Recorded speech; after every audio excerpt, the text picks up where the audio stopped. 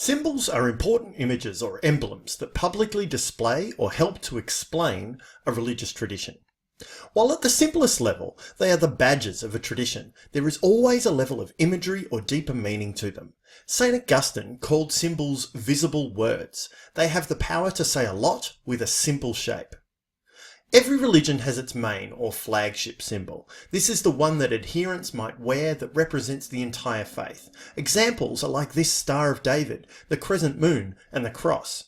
To explain how subtle and meaningful these symbols are, have a look at these three crosses. The one on the left is a crucifix, which is any cross that still has Jesus' body on it. This is most often worn by Catholics, who emphasize Christ's death as most important. The one in the middle is simply called a cross, and it's usually preferred by Protestants, who emphasize Christ's resurrection as most important. Christ is no longer on the cross, he has risen.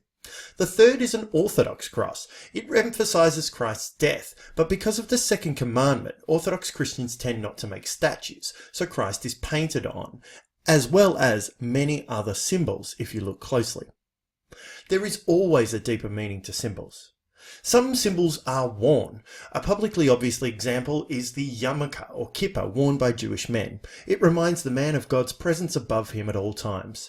In Jerusalem, one can often determine which Orthodox Jew comes from which background based simply on their dress. Catholic bishops carry a crozier, which is a stylized shepherd's crook. This represents their role as shepherds of the community.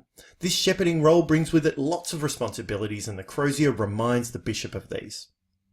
Some symbols are found in art and are used as a simple way of conveying a complex truth. One moving example is this pelican in Christian art.